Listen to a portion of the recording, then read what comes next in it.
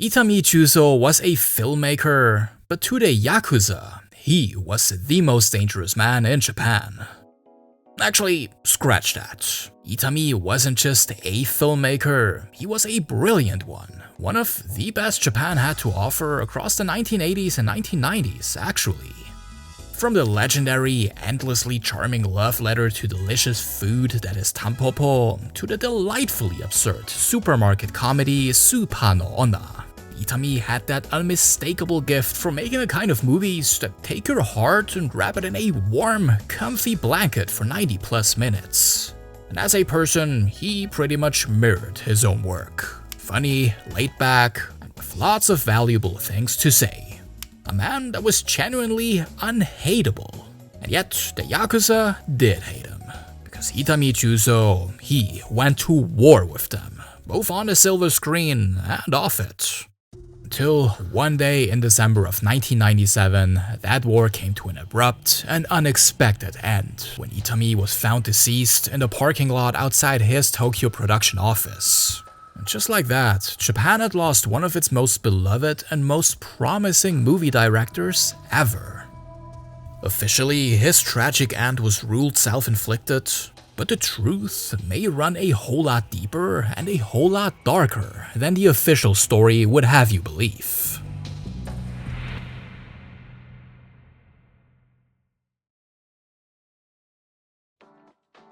Itami Jūzō made his feature film debut as a director of 1984's The Funeral, a comedy about the preparations and the rituals surrounding a traditional Japanese burial. Now, The Funeral wasn't exactly Itami's entry into the film business as a whole, but 1984, he was already in his early 50s and with over 2 decades of experience in front of the camera, from television productions to major roles in films like 1983's Family Game, he was hardly a newcomer. But The Funeral was what truly put the guy on the map. 5 Japanese Academy Awards, countless other honors, and that unmistakable sense that something special had just begun.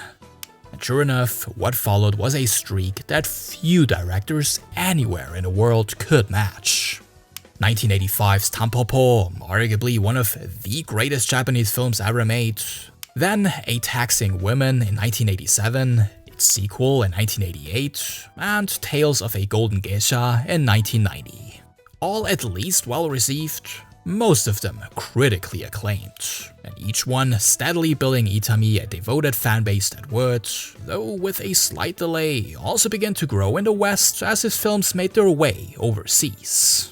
By the early 90s, Itami Jūzō looked like Japan's next great filmmaker, a director with an unmistakable, quirky storytelling style, a beautiful cinematography, and a reliable cast of returning faces who clearly loved working with him. And so, Itami and his wife, who, it's worth mentioning, starred in every single one of his films up to that point, entered 1992 ready to release their most ambitious and by far most daring project yet. Minbo? ええ、民事介入暴力って言ってね。早く言えばヤクザのゆすりたかりよ。何かあったらよろしく。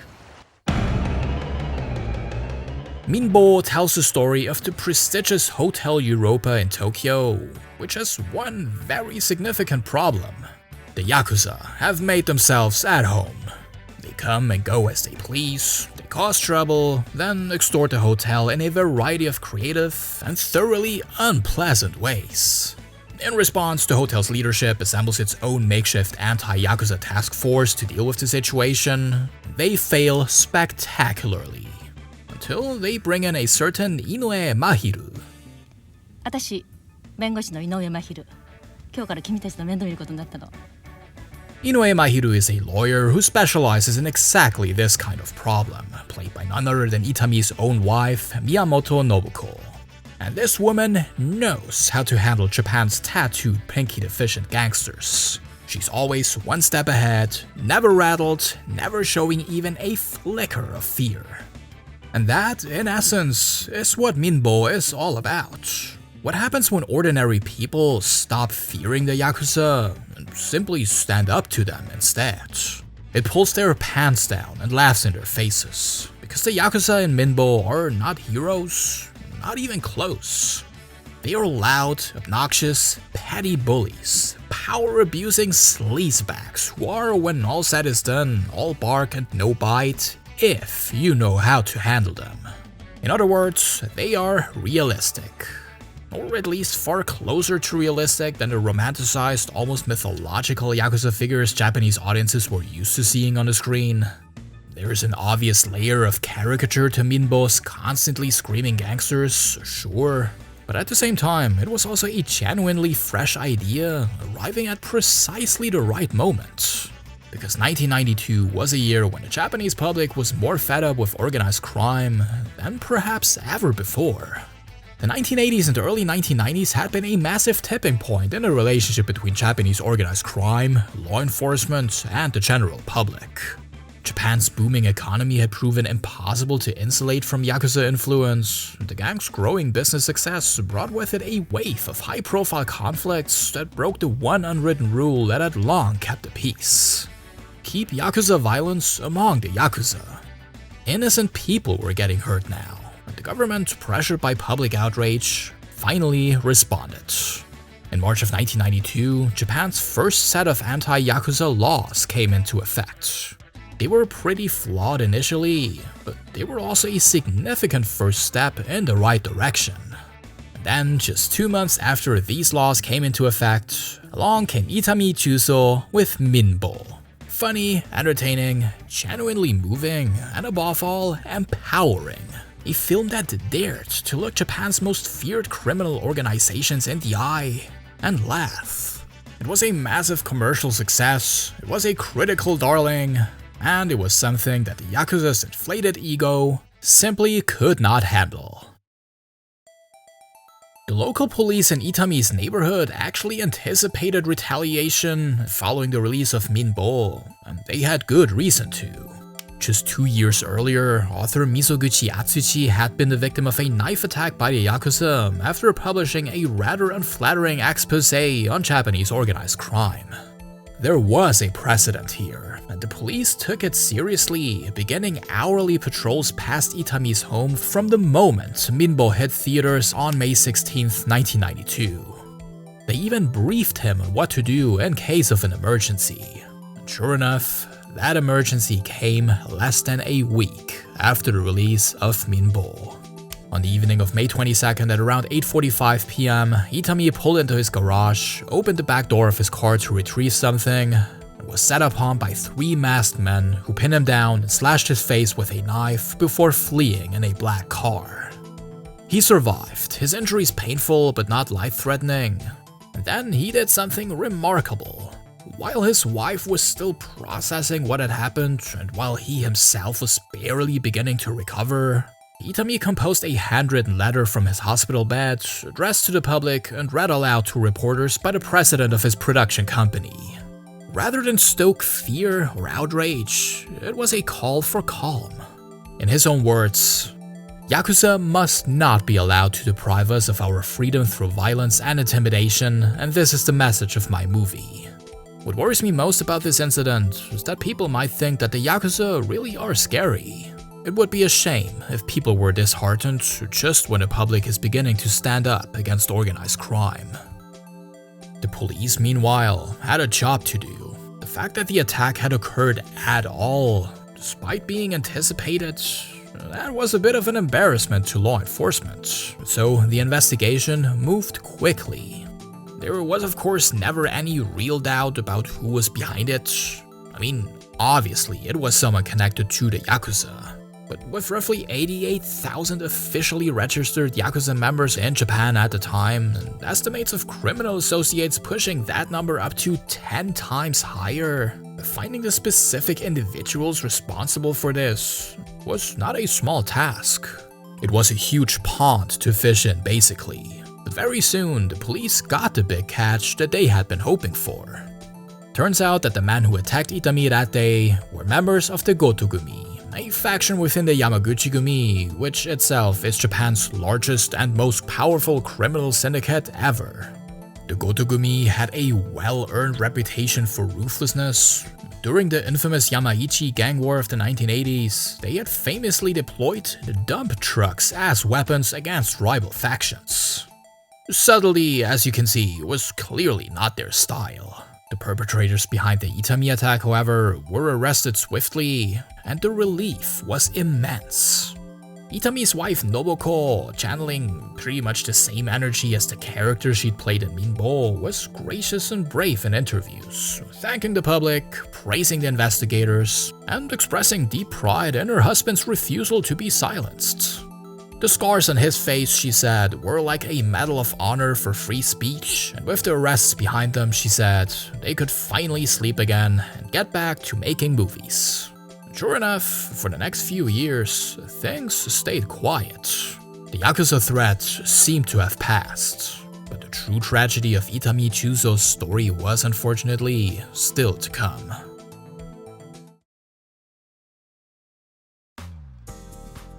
So, Minbo was a massive success, and ironically, the Yakuza probably did more for its box office than any marketing campaign could have, while also confirming its central message in the most spectacular way possible. But for Itami and his wife, that whole Yakuza chapter felt like it was behind them now. The perpetrators had been arrested, Minbo had finished its run, and they were already back at work. Their next film, Daibyonin, arrived almost exactly a year later in May of 1993, followed by 1995's Shizuka no Seikatsu, and my personal favorite, 1996's Supa no Onna, or Supermarket Women. As you can see, the 1992 attack hadn't slowed Itami Jūzō down in the slightest. If anything, he seemed more prolific than ever, and anticipation for whatever came next was naturally enormous. That next film was Marutai no Onna, or Women in Witness Protection, a thriller about an actress who witnesses a murder and is then placed under police protection. It hit Japanese theaters on September 27th, 1997, and it would be Itami Jūzō's 10th and final film. 伊丹さんの事務所からは遺書が見つかっておりまして、警視庁では飛び降り自殺したものとみて調べを進めています。 On December 20th, 1997, less than 3 months after Marutai no Onna's release, Itami Jūzō was found lying unconscious in a parking lot outside the Itami Productions offices in Tokyo's Minato ward. He was rushed to the hospital immediately, but less than an hour later at 7:30 p.m. local time, he was pronounced dead. That evening, Japan lost one of its greatest ever filmmakers, a man who had entertained millions both in front of and behind the camera, who made people laugh, occasionally cry, and whose creative voice could never be replicated. Naturally, the public outcry was enormous, and so was the shock, not just because of who had been lost, but also because it seemed to come from absolutely nowhere. So, almost simultaneously, the question marks began to pile up. The first and most obvious one, what actually happened? Law enforcement ultimately concluded that Itami's death was self-inflicted, that he had jumped from the roof, and at first glance, certain details do support that conclusion. The scene left behind at his office was eerie. His computer screen displayed a photograph of his wife, and beside it sat a printed note describing her as the best wife, mother, and actress in Japan. But the note also gave a reason for his decision, quote, "My death is the only way to prove my innocence. I cannot find any other means to prove that there was nothing." Alright, so what was he trying to prove exactly? Well, it all traces back to a story being prepared by Japanese tabloid Flash magazine. It was an exposé on an alleged affair between Itami and a 26-year-old woman, complete with photographs of the two together in public, and a few spicy statements purportedly given by the woman herself. Flash had actually informed Itami of this story ahead of its scheduled December 22nd publication and even offered him a chance to respond. Which he did. His explanation was pretty straightforward. He had simply been interviewing the women for an upcoming film project.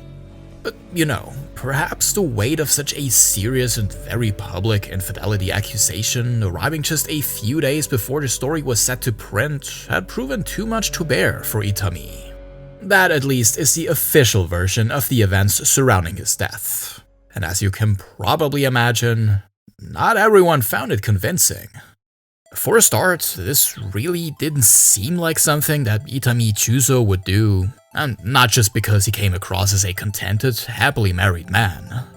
The note stated that he was taking his life to prove his innocence, to preserve his honor in the traditional Japanese sense. But Itami Jūzō, more than perhaps any other filmmaker of his generation, had built his entire career on satirizing Japanese tradition. Look no further than his debut, The Funeral, a film whose central joke is, in essence, how exhaustingly tedious a traditional Japanese memorial service can be. And that wasn't just an artistic choice either. The film was actually based directly on his own experience at his father-in-law's funeral, and Itami had even instructed his own family not to hold one for him when he dies. Following his death, they honored that wish, gathering together to watch his films as a tribute. And honestly, an Itami Jūzō marathon, that might just be the best memorial service I've ever heard of. But then there's also the question of how much the Flash magazine's story actually seemed to bother him. By most accounts, not very much. He reportedly just laughed it off when asked about it, and get this, had even written an entire essay arguing that affairs between men and women were a perfectly natural part of Japanese life. He didn't appear stressed, he wasn't acting like a man under pressure, and he kept working right up until his final days, reporting on biomedical waste, a cause that he cared deeply about, and actively developing new film projects at the same time. According to actor Nakao Akira, Itami had already completed as many as 5 or 6 new scripts at the time of his death.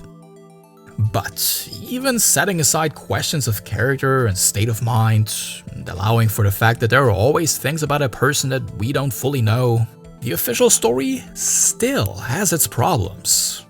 The note itself is one of them. It was typed on a computer and printed out, which might seem unremarkable until you consider who Itami Jūzō actually was. Long before he became an actor and a filmmaker, he had worked as a designer, specializing among other things in typography. He was proud of his craft and preferred handwritten notes as a rule. So the idea that his final message to his wife and the world would be a computer printout, rather than something written in his own hand, is at best a bit strange, and at worst, it raises an uncomfortable question. What if someone who obviously couldn't replicate his handwriting typed it instead to make what happened look like something it wasn't? Because Itami's supposed decision to jump from that rooftop may not have been his decision at all. That is the theory most widely accepted by those who refuse to take the official story at face value, that Itami Jūzō was forced off that roof. And if you've been paying attention for the past 15 minutes or so, you probably already have a pretty good idea of who the prime suspects are. The prevailing theory points to the Yakuza. And this time, not in retaliation for a film Itami had already made, but for a film that he was supposedly planning to make next. Now, several rumors circulate about what Itami's 11th film might have been. As established earlier, he had multiple scripts in development or already finished. One apparently centered on the life of a Japanese office worker, which may well be the innocent explanation behind those incriminating photographs with the young women. But rumor has it that he had also been developing something far more explosive. Another Yakuza film, and reportedly the most daring one he'd ever attempted, more daring even than Minbo.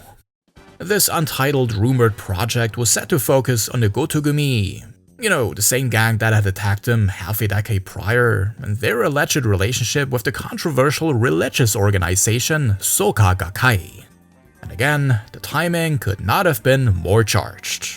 In the wake of the 1995 Aum Shinrikyo subway attack, the Japanese public was deeply unsettled by the influence of religious organizations, and a film connecting that anxiety directly to the Yakuza gang that had attacked him personally 5 years earlier. Now that would have been incendiary by any measure.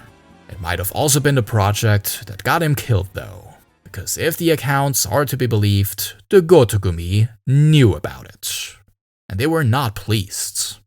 That claim comes primarily from one source, Tokyo Vice, the 2009 memoir by American journalist Jake Adelstein, whose reporting for the Yomiuri Shimbun had put him on a collision course with, you guessed it, the Gotō. In the course of investigating the gang's founder and top boss, Gotō Tadamasa, Adelstein obtained a supposed statement from an anonymous source, making a direct link between Gotō Tadamasa and Itami's death. Quote, "He was planning another movie. It was going to be about the Gotō and its relationship with the religious group Soka Gakkai. Gotō wasn't happy about that. The gang of 5 of his people grabbed Itami and made him jump off that rooftop at gunpoint. If true, that would make this one of the most significant crimes ever committed by the Yakuza. The calculated elimination of one of the most beloved cultural figures in modern Japan. However, and this does need to be said, the source is anonymous, and when pressed on where the information came from, declined to elaborate.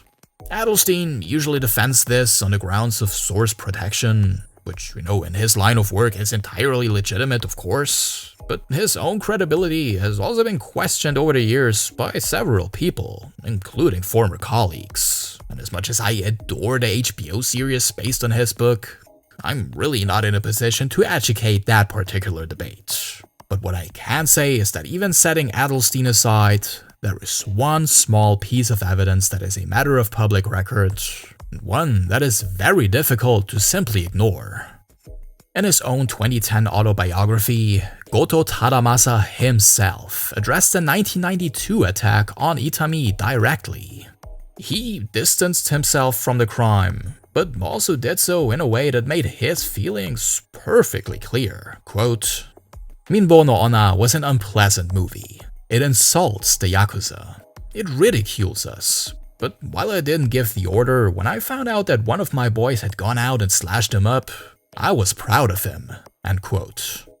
So, what we have here is the boss of the Gotō 13 years after Itami's death, openly admitting to harboring a deep grudge against the filmmaker and to take satisfaction in the 1992 attack.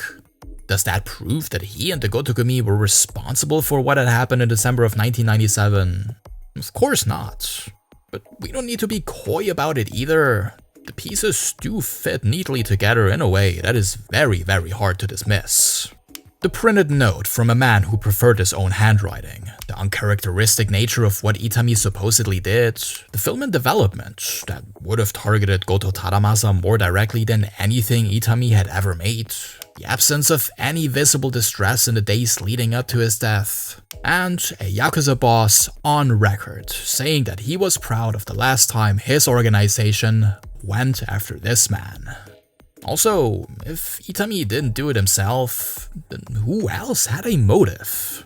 Itami Jūzō was funny, warm, principled, a man spending his final days concerned about biomedical waste, finishing new screenplays, and liking cats. And he was also the most prominent symbol of the anti-organized crime movement in Japan of the 1990s. A filmmaker who had looked the Yakuza in the eye and laughed, and who was apparently ready to do it again harder than ever before.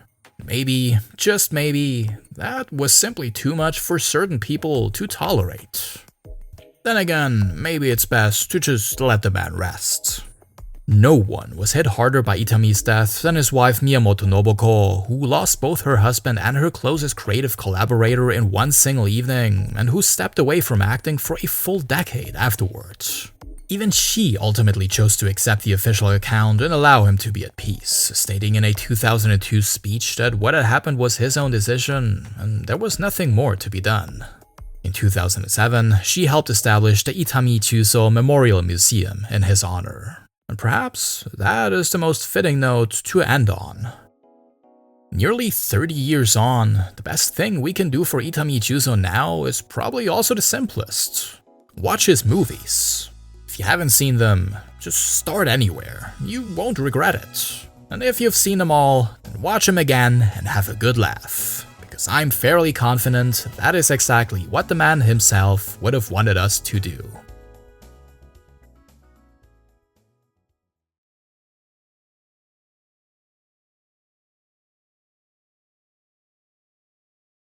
And that, ladies and gentlemen, is a wrap. If this video didn't bore you to death, then please consider leaving a like and subscribe to the channel.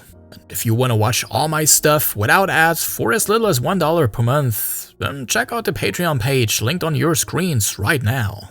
I think it's worth it, and so do these amazingly generous people, including the Hockey Gentleman, Sachsenfuchs, D-Fox, Saikajo, Khalid Lepta, Xowiabu, Tricoat, Kevin Hickson, Buns, Journeyman351, RK0, Michael Smith, Hajime no James, Utku Hussein Kaya, Steve Matsui, Hypanen, Javier Soravia, Midnight Channel, Turam, Maruinu, Boo Boo Cakes, CJ and Mary, Cats and Soup, Chart B-Man, Ben Herodine, White Gilden, Sierra DC, T-Bird, Metal Mama, Ian Farmer, Chris Wallace, JR Horse, Adeye Okono, Guillaume Clément y Garcia, and Ilya Kuznirovic.